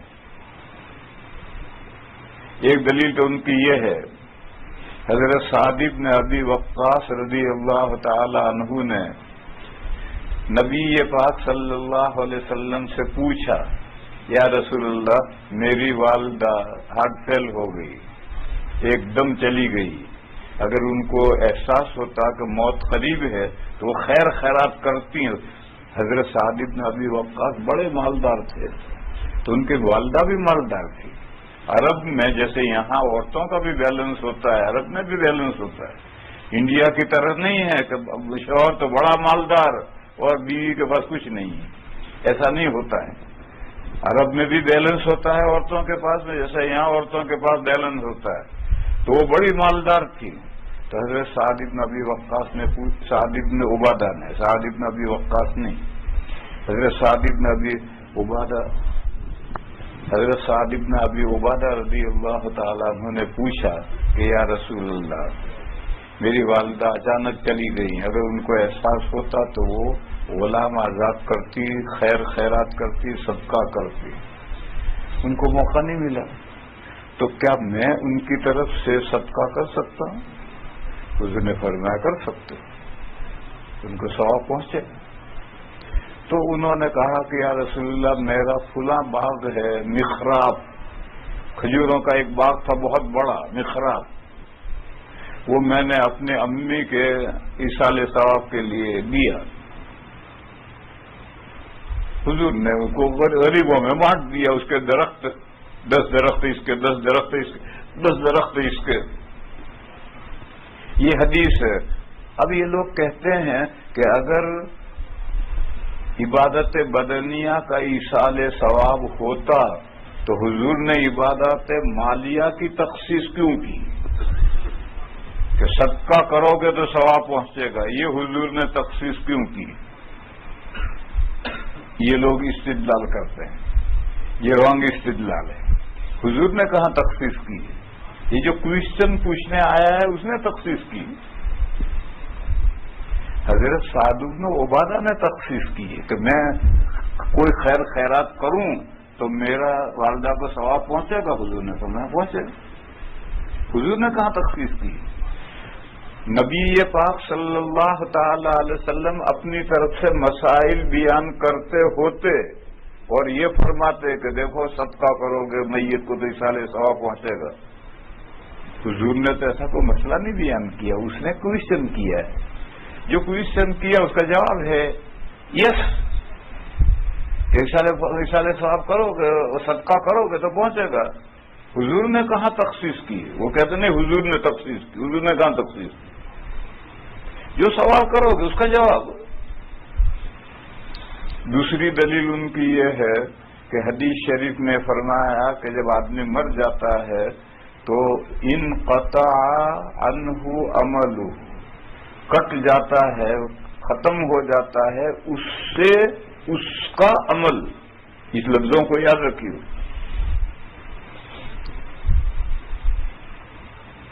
مگر 3 عمل اس کے 3 عمل یا باقی رہتے ہیں، وہ ختم نہیں ہوتے، اس کا ثواب پہنچتا رہتا ہے مرنے کے بعد بھی۔ کوئی ایسی خیرات کرے جس کا نفع چلتا رہے، کوئی علم چھوڑ کر جائے، کتابیں چھوڑ کر، شاگرد چھوڑ کر جائے اور وہ علم کا سلسلہ چلتا رہے، نیک اولاد چھوڑ کر جائے اور وہ اولاد جب تک نیکی پر رہے اس کے ماں باپ کو اس کا ثواب پہنچتا رہے۔ 3 عمل ایسی کوئی اعلان کرنے کے بعد گاڑیاں ہٹانی، اعلان کرنا باہر سے گاڑیاں ہٹانی، نہیں سمجھے ضرور سے ایک اعلان کرنا کہ باہر سے گاڑیاں ہٹانی، کرو سوتے سوتے کرو اعلان، کیا ہے؟ جو حضرات کی گاڑیاں باہر پارک نہیں ہے ساتھ کے ایریا میں پلیز اس کو دور کر لیجیے، please remove the car from the parking lot of مسجد، سو ایسا ارینجمنٹ کو بھی میں رکھوں گا۔ جہاں افطاری کرنی وہاں سے ہٹوانی ہے۔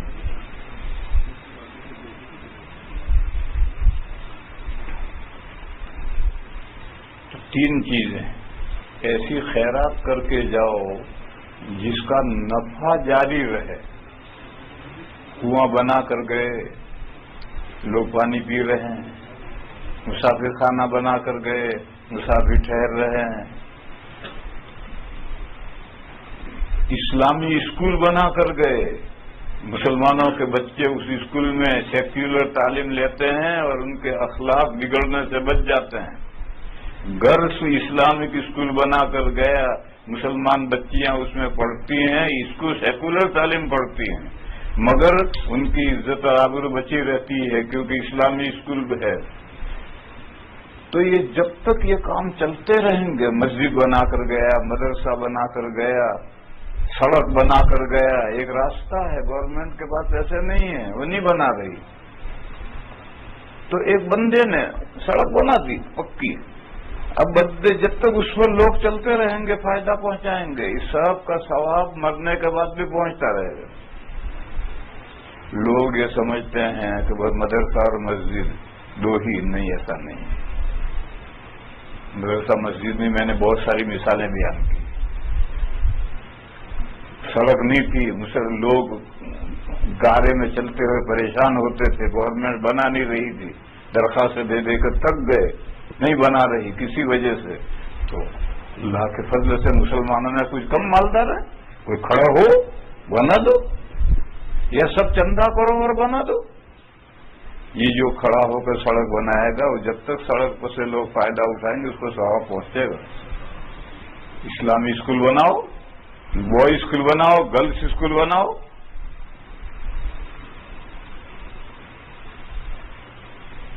سڑک کے اوپر گرمیوں میں پانی پینے کے لیے پرب لگا دو، یہ کولر رکھ دو، اس میں تار، اس میں پائپ جوڑ دو تو پانی ٹھنڈا ہو کر آئے گا، چلنے والے لوگ پیئیں گے، جب تک پیئیں گے مرنے کے بعد بھی ثواب پہنچے گا۔ اور علم چھوڑ کر کے گیا، کتابیں لکھ کر گیا یا شاگرد بنا کر گیا، تو جب تک یہ سلسلہ چلتا رہے گا۔ اور تیسرا ہے نیک اولاد چھوڑ کر گیا، تو اولاد کو نیک بنا کر گیا، تو یہ جب تک اولاد در اولاد نیکی پر رہے گی، مرنے والے کو ثواب پہنچتا رہے گا۔ کیوں؟ کوئی سے کہے کہ صدقے میں تو آدمی کا دخل ہے، جیب میں سے پیسہ خرچ ہوتا ہے، اور علم چھوڑتا ہے، کتابیں لکھتا ہے، شاگرد تیار کرتا ہے، تو بھی اس کو عمل ہے، لیکن نیک اولاد چھوڑ کر گیا، تو اب جو عمل کرے گی تو اولاد اپنا عمل اپنے لیے عمل کرے گی، ماں باپ کو کیوں پہنچے گا ثواب؟ نہیں، اس میں ماں باپ کو بھی ان کے عمل میں سے ایک حصہ پہنچے گا۔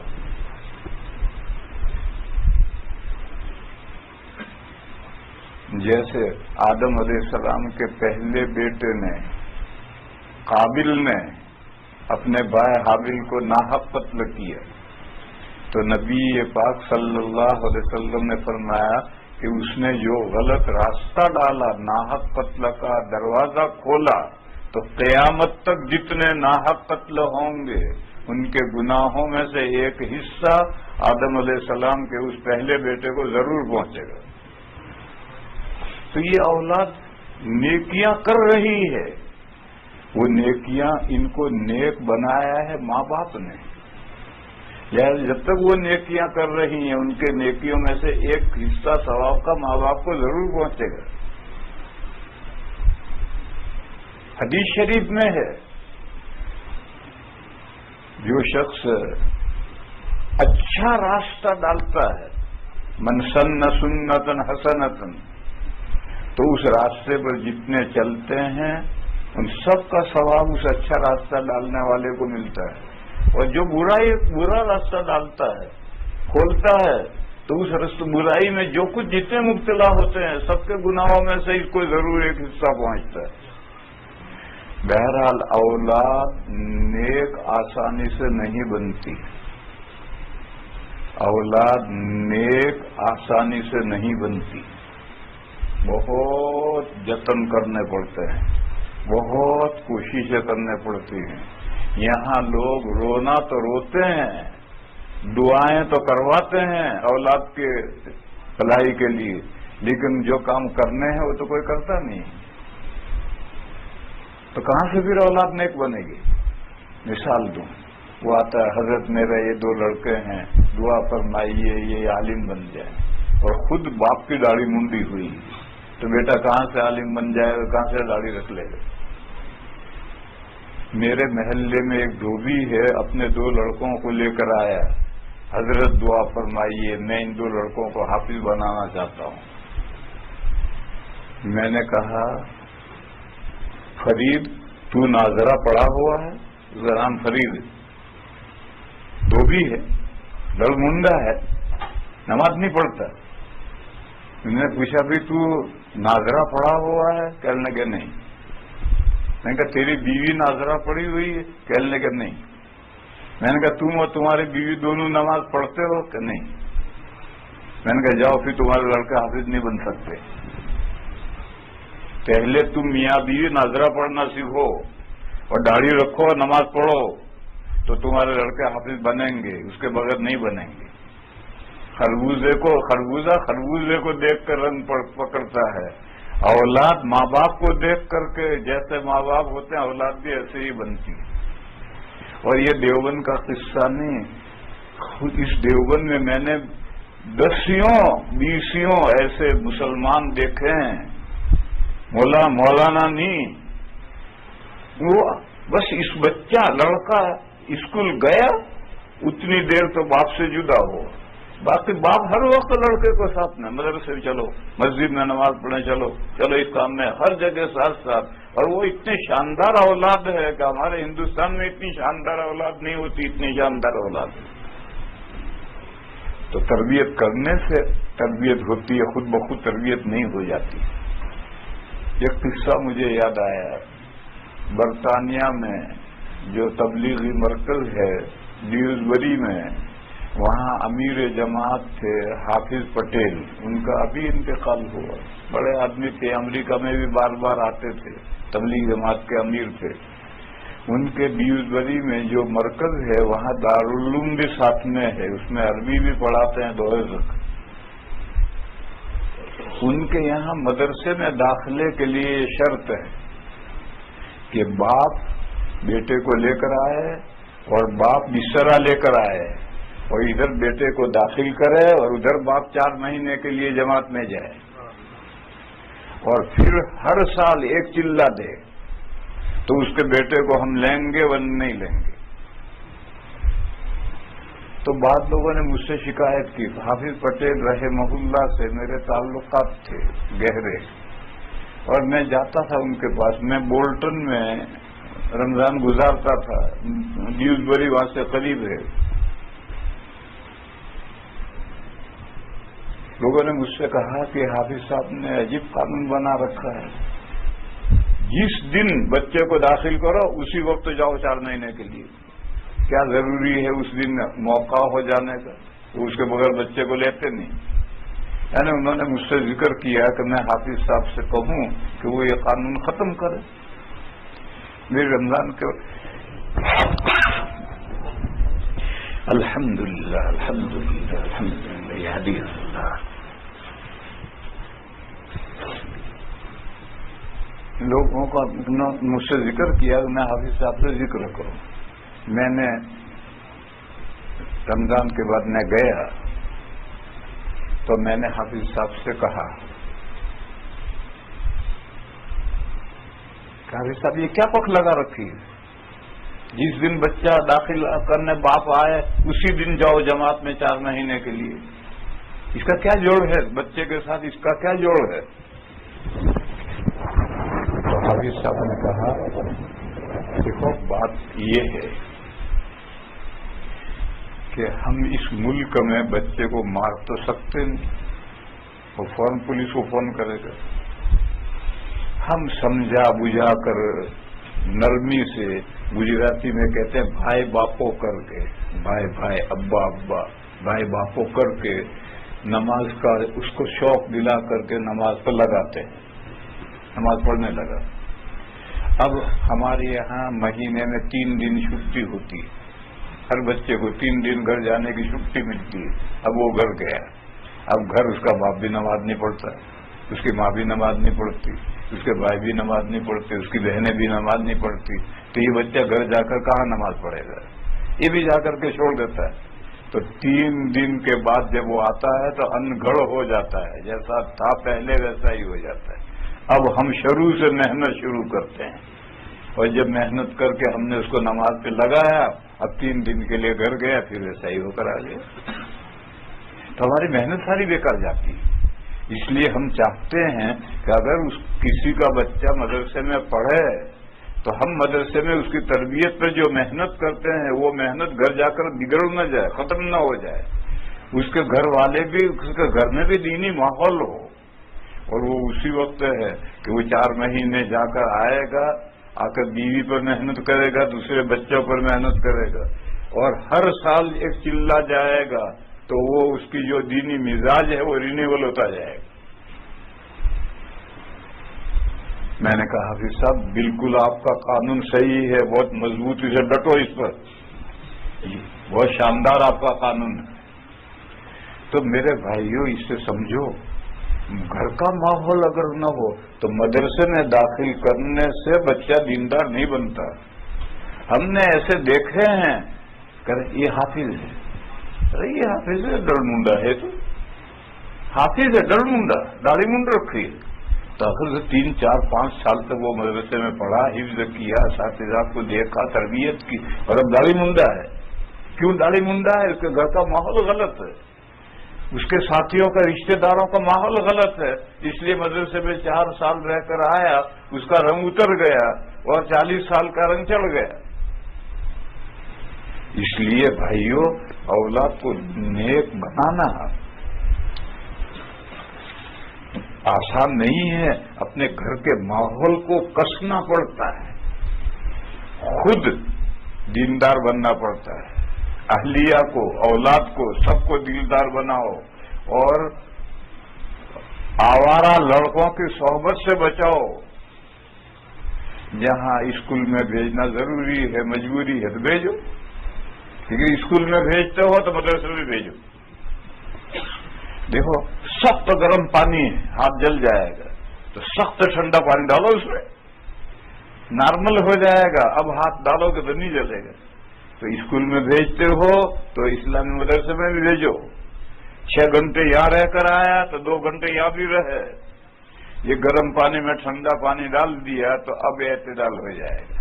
اور اگر آپ صرف اسکول میں بھیجتے رہو گے تو کام نہیں چلے گا، گرم پانی کو نارمل بنانے کے لیے ٹھنڈا پانی ملانا ہے۔ میں کہہ رہا تھا کہ ماحول بنائے بغیر اولاد نیک صالح نہیں بنتی، بس یہ جو مرنے والا مر گیا اور نیک اولاد چھوڑ کر گیا، وہ جو نیکیاں کرے گی اولاد، ان کے عمل میں سے ایک حصہ ماں باپ کو ضرور پہنچے گا، اس لیے کہ یہ جو نیکیاں کر رہے ہیں، نیک اور صالح ہیں، وہ ماں باپ کی محنت سے نیک اور صالح ہیں۔ بہرحال یہ حدیث شریف ہے، وہ یہ کہتے ہیں کہ اگر عبادت بدنیہ کا ایصال ثواب ہو سکتا ہے تو حضور نے صدقہ جاریہ کی تخصیص کیوں کی، اور یہ فرمایا کہ مرنے والا جب مر جاتا ہے تو پیچھے سے صرف یہ 3 چیزوں کا ثواب پہنچتا ہے، باقی ثواب ختم۔ یہ ان کی دلیل ہے، دلیل بھی رونگ ہے۔ کیوں رونگ ہے؟ اس لیے کہ حضور نے فرمایا کہ اذا مات الانسان انقطع عنہ عملہ، جب آدمی مر جاتا ہے تو اس کا اپنا جو عمل ہے وہ بند، یہ اس کے اپنے 3 عمل ہے، اس کا ثواب آئے گا، باقی دوسرے عمل بند۔ اور ایصال ثواب میں جو عمل ہوتا ہے وہ میت کا نہیں ہوتا ہے، پسماندگان کا ہوتا ہے، وہ قرآن پڑھتا ہے، وہ نماز پڑھتا ہے، وہ حج نفلی حج کر کے ثواب پہنچاتا ہے۔ اور جب بندے نے کوئی بھی عمل کیا تو اللہ کی طرف سے ثواب ملا، مالک ہوا ثواب کا، اب اس کی مرضی خود رکھے یا کسی زندہ کو یا کسی مردہ کو پہنچا دے۔ زندہ کو بھی ایصال ثواب ہوتا ہے، اس کو لوگ جانتے ہی نہیں۔ میرے بہت سے شاگرد 2 صاحباب ہیں، وہ حج میں چلتے ہیں، مجھ سے پوچھتے ہیں حضرت آپ کے لیے میں کیا لاؤں وہاں سے؟ میں نے کہا بھیا میرے لیے تو ایک عمرہ کرنا، ایک عمرہ کر لیے اگر وہ بڑا مضبوط ہوتا ہے تو میں کہتا ہوں عمرہ کرنا، اور اگر کمزور ہوتا ہے تو میں کہتا ہوں کہ میرے لیے طواف کرنا۔ وہ جو طواف کرے گا میرے لیے وہ مجھ زندہ کو ثواب پہنچے گا، اور میری طرف سے عمرہ کرے گا تو اس عمرے کا مجھ زندہ کو ثواب پہنچے گا۔ یہ لوگ جانتے ہی نہیں ایصال ثواب زندے کو بھی ہو سکتا ہے، مردے کو بھی ہو سکتا ہے۔ جب ہم نے کوئی نیک عمل کیا اور اس نیک عمل کا ثواب ہمیں مل گیا، مالک ہو گئے، اب ہماری مرضی خود رکھیں، دوسرے کسی کو ثواب دے دیں، مردے کو دے دیں، زندے کو دے دیں، مگر فرائض اور واجبات کا نہیں دے سکتے۔ فرائض اور واجبات کا ایصال ثواب نہیں ہو سکتا، نوافل کا ہو سکتا ہے۔ تو حدیث میں یہ فرمایا ہے کہ جب آدمی مرتا ہے تو اس سے اس کا عمل ختم ہو جاتا ہے، اور یہ ایصال ثواب میں تو پسماندگان کا عمل ہے۔ اور یہ جو حضور نے فرمایا کہ صدقہ جاریہ کا ایصال ثواب، اس لیے ہر صدقہ کی تخصیص نہیں ہے، وہ صدقہ خیرات جس کا فائدہ لوگ دیر تک اٹھاتے رہے، اور جس نے ایک عمل کیا اور فنش ہو گیا تو جتنا ثواب ملا اتنا پہنچ گیا۔ اس لیے اس حدیث شریف سے بھی ان کا استدلال صحیح نہیں ہے۔ بس چاروں ائمہ کی رائے یہ ہے کہ آپ خیر خیرات کر کے بھی ثواب پہنچا سکتے ہیں اور عبادت بدنی کر کے بھی ثواب پہنچا سکتے ہیں، لیکن فرائض اور واجبات کا ایصال ثواب نہیں ہوتا۔ آپ نے اپنا فرض حج کیا ہے اور ابا کو ایصال ثواب کر دیا ہے، یہ غلط نہیں ہو سکتا۔ تمہارا فرض ہے، تمہارا ثواب دوسرے کو دے دو گے تو تمہارے پاس کیا رہا ہے؟ تو تمام فرائض اور واجبات کا ایصال ثواب نہیں ہوتا، نوافل کا ایصال ثواب ہوتا ہے۔ خیر میں یہ کہہ رہا تھا کہ کچھ بندے تو یہ کہتے ہیں کہ ایصال ثواب ہے ہی نہیں کوئی چیز، صرف صدقہ کرو، عبادت بدنیہ کا ایصال ثواب نہیں ہے۔ اور کچھ بندے کہتے ہیں کہ نہیں، تیسرے دن اکٹھا ہو، 10ویں دن اکٹھا ہو، برسی بناؤ اور قرآن پڑھو، کھانا پکاؤ، کھاؤ اور پھر بھول جاؤ میت کو۔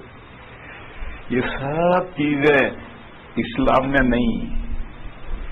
اسلام میں تو صرف اتنا ہے کہ میت ہو گئی ہو گئی، سب سے پہلی فرصت میں نہلا اور کفن پہنا دیا، گندا مت چھوڑو اسے، پہلی فرصت میں نہلاؤ اور کفن پہنا دو۔ اور اس میں بھی لوگ کیا، نہلانے والا کوئی بندہ ہے، کفن کاٹنے والا کوئی بندہ ہے، سینے والا ایک تیسرا بندہ ہے۔ اب ان تین بندوں کے انتظار میں صبح سے شام ہو گئی، یہ بھی غلط ہے۔ ارے ہر آدمی نہلا بھی سکتا ہے، ہر آدمی کفن بھی کاٹ سکتا ہے، ہر آدمی کفن بھی پہنا سکتا ہے۔ زندگی میں، حیات میں جنوبی جس طرح سے نہاتا ہے اسی طرح سے میت کو نہلانا ہے۔ دیکھو مرنے سے میت جنوبی ہو جاتی ہے، غسل فرض ہے، غسل دیے بغیر نماز جنازہ نہیں پڑھ سکتے۔ تو موت سے میت جنوبی ہو جاتی ہے، جیسے آدمی بیوی کے ساتھ ملنے سے جنوبی ہو جاتا ہے۔ تو جب زندہ جنوبی جس طرح سے نہاتا ہے اسی طرح سے اس کو نہلانا ہے، کوئی قاعدہ نہیں، طریقہ نہیں۔ امام مالک علیہ الرحمہ نے یہ بات فرمائی ہے، اور ترمذی میں یہ بات ہے کہ لیس لہ صفۃ معلومہ، کوئی نہلانے کا میت کو خاص طریقہ نہیں ہے۔ جیسے جب جنوبی نہاتا ہے تو غسل میں 3 فرائض ہیں، ان فرائض کو کرتا ہے۔ اگر ان 3 فرائض میں سے کوئی چھوڑ دے گا تو غسل نہیں ہوگا۔ 3 فرائض کیا ہے؟ منہ میں کلی کرو، ناک میں پانی ڈالو، اور سارے بدن کو سر سے پیر تک دو ڈالو، بال برابر بھی جگہ خشک نہ رہے۔ یہ 3 فرائض ہو گئے، غسل پورا ہو گیا۔ اور یہ 3 فرائض تو ہمارے نزدیک ہیں، امام احمد کے نزدیک ہیں، اور حضرت امام شافعی اور حضرت امام مالک تو کہتے ہیں ایک فرض ہے۔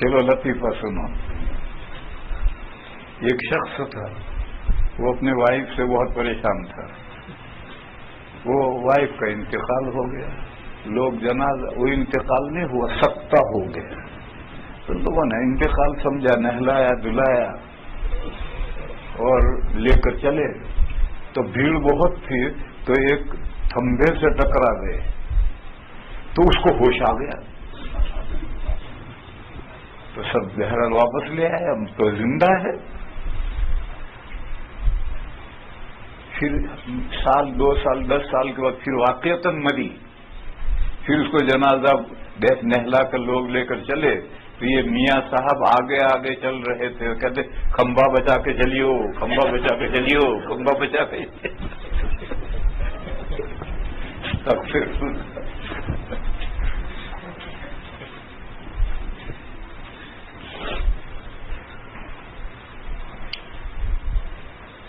اصل وجہ یہ ڈرتے ہیں شہری، بزدل ہوتے ہیں شہری. دیہاتی ڈر کم ہوتا ہے، وہ خود ہی نہلاتے ہیں.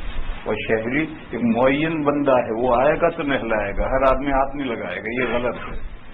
خود ہی نہلاؤ، جس طرح نہاتے ہو جنابت میں اسی طرح سے نہلاؤ.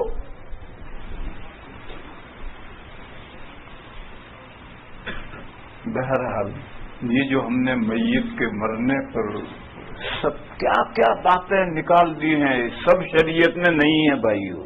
یہ لوگوں نے اس میں بڑھا دی ہیں. اور یہ وہ بدعات اور خرافات ہے. بدعات ہیں، خرافات نہیں، بدعات ہیں. کیونکہ مرنے پر جو بھی کام کیا جاتا ہے وہ ثواب کا کام سمجھ کر کیا جاتا ہے. اور ثواب کا کام سمجھ کر کوئی ایسا کام کیا جائے جو شریعت سے ثابت نہیں ہے تو بدعت ہے. اور نکاح میں طرح طرح کی لغویات ہم کرتے ہیں. عورتوں، بوڑھی عورتیں، ماں ہے، بیوی ہے، وہ جو کچھ بیٹی کی شادی میں کہے گی وہ سب رسوم پوری کرنی ہے. اسلام میں تو یہ سب نہیں ہے. اسلام میں کیا ہے؟ اچھا تاریخ کھڑے کرنے لگے. کیا وقت ہو رہا ہے؟ کتنی دیر ہے؟ 10 منٹ. اچھا اسلام میں تو کیا ہے؟ نبی پاک صلی اللہ تعالی علیہ وسلم کی سب سے چہیتی بیٹی، جس کے بارے میں حضور نے فرمایا فاطمہ تو بضعۃ منی، فاطمہ میرے جسم کا ایک ٹکڑا ہے. ان کی جب شادی ہوئی تو حضور نے ایک بکری ذبح کی، ولیمہ کیا. شادی ہو کر جس دن بارات جائے گی لڑکی کے یہاں لینے کے لیے، وہاں کوئی دعوت نہیں ہوگی، یہ دعوت رسم ہے. وہ بیٹی بھی دے رہا ہے کہ دعوت ہزاروں روپے خرچ کر کے سب کو کھانا بھی کھلا رہا ہے. تو کیوں کھلائے؟ جو بڑا آیا ہے، شوہر آیا ہے، وہ آ کر مہر دے، بیٹی لے جائے. میری قوم ہے پالنپور میں، ہمارے یہاں یہ قانون ہے. بہت بڑی قوم ہے، 7000 گاؤں ہیں ہماری قوم کے. وہاں یہ قانون ہے کہ اگر 35-40 کلومیٹر کے ریڈینس میں سے بارات آئی ہے تو وہ گھر کھا کر آئے گی. 10 بجے گھر کھانا کھا لو، پھر ظہر کے نماز سے پہلے پہنچ جاؤ. آتے ہی ان کو شربت پلائیں گے، جتنا پینا ہو پیو. پھر ظہر کی نماز پڑھو. ظہر کی نماز میں مسجد میں نکاح ہوگا. نکاح ہو کر کے گھر آؤ، چائے پلائیں گے، جتنی پینی ہو چائے پیو. پھر دلہن تیار کر کے دے دیں گے. عصر کی نماز گھر جا کر پڑھو، تاکہ گھر جا کر عصر پڑھو، آگے شام کا کھانا گھر جا کر پکاؤ. یہ ہماری پوری قوم میں یہ رواج ہے کہ 40 کلومیٹر کے ریڈیس میں سے جو بارات آئے گی تو کھانا نہیں کھلایا جائے گا. اور 40 کلومیٹر سے زیادہ دوری سے آئے گی تو بارات کو کھانا کھلائیں گے، اور بارات لمیٹڈ آئے گی. پہلے سے بتا دیں گے 15 آدمی آؤ، چھوٹے بڑے 15 آدمی آؤ. اور وہ 15 کے لیے کھانا پکے گا، اور برادری کو نہیں بلائیں گے. برادری کے 2-4 بڈھے شریک کر لیے جائے، باقی عام برادری کو نہیں بلائیں گے. یہ جو 25 باراتی بلائے ہیں ان 25 کے لیے کھانا پکے گا، کھلائیں گے.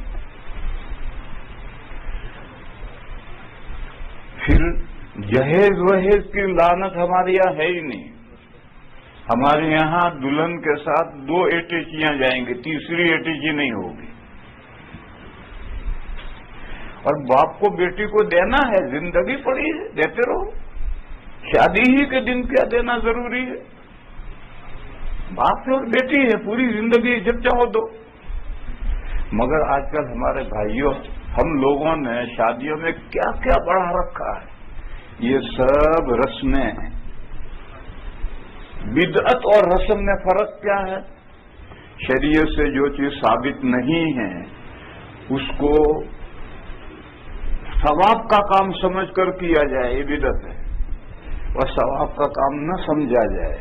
عید کا دن آیا ہے تو شیر خورما پکا لیا، لیکن اس عید کے دن شیر خورما پکانا ضروری ہے.